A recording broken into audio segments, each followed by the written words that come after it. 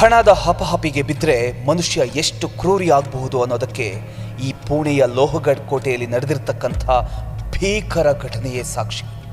ಕೋಟ್ಯಾಧಿಪತಿ ಉದ್ಯಮಿ ಕೇತನ್ ಅಗರ್ವಾಲ್ ಜೊತೆ ಅದ್ಧೂರಿ ನಿಶ್ಚಿತಾರ್ಥ ಮಾಡಿಕೊಂಡ 20 ವರ್ಷದ ಸಿಯಾ ಗೋಯಲ್ ಇಡೀ ಜಗತ್ತನ್ನೇ ನಂಬಿಸಿ ಮೋಸ ಮಾಡಿದಾಳೆ. ಯಾಕಂದರೆ ಈ ಐಷಾರಾಮಿ ಕಥೆಯ ಹಿಂದೆ ಅಡಗಿತ್ತು ಒಂದು ಕರಾಳ ರಹಸ್ಯ.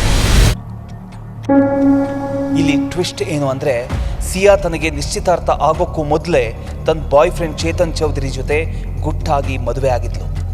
ಕಾಲೇಜು ಫ್ರೆಂಡ್ಸ್ ಸಾಕ್ಷಿ ಇಟ್ಕೊಂಡು ರಿಜಿಸ್ಟ್ರಾರ್ ಆಫೀಸಲ್ಲಿ ತಾಳಿ ಕಟ್ಸ್ಕೊಂಡಿದ್ಲು.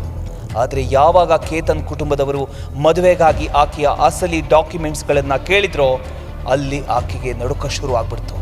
ತನ್ನ ರಹಸ್ಯ ಮದುವೆ ಬಯಲಾಗಿ ಎಲ್ಲಿ ಜೈಲು ಸೇರ್ಬಿಡ್ತೀನಿ ಅನ್ನೋ ಭಯ ಆಕೆಯನ್ನು ಕಾಡೋಕ್ಕೆ ಶುರುವಾಗಿತ್ತು. ಅಷ್ಟೇ, ತನ್ನ ತಪ್ಪು ಮುಚ್ಚಿಟ್ಕೊಳ್ಳೋದಕ್ಕೆ ಪ್ರೇಮಿ ಚೇತನ್ ಜೊತೆ ಸೇರ್ಕೊಂಡು ಸಿಯಾ ಸ್ಕೆಚ್ ಹಾಕಿದ್ಲು. ಕೊನೆಗೆ ನಂಬಿಸಿ ಪ್ರೀತಿಸಿದ ಆ ಕೇತನ್ನನ್ನ ಜೂನ್ 18ರಂದು ಕೋಟೆಯ ಕಡಿದಾದ ಕಂದಕಕ್ಕೆ ನೂಕಿ ಬರ್ಬರ ಅಂತ್ಯ ಹಾಡಿದ್ರು. ಇದನ್ನ ಕೇವಲ ಆಕಸ್ಮಿಕ ಅಪಘಾತ ಅಂತ ನಂಬಿಸೋದಕ್ಕೆ ಹೈಡ್ರಾಮಾ ಮಾಡಿದ್ರು.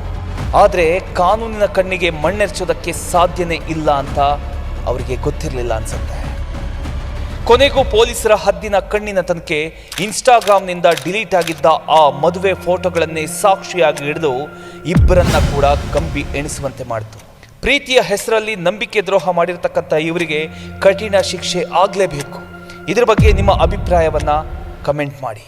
ಇಂತಹ ಸತ್ಯ ಘಟನೆಗಳಿಗಾಗಿ ಈ ಪೇಜನ್ನು ಫಾಲೋ ಮಾಡಿ. ನಿಮ್ಮ ಆ ಒಂದು ಫಾಲೋ ಅದು ಒಂದು ಸಂಖ್ಯೆ ಅಲ್ಲ, ಅದೊಂದು ನಂಬಿಕೆ.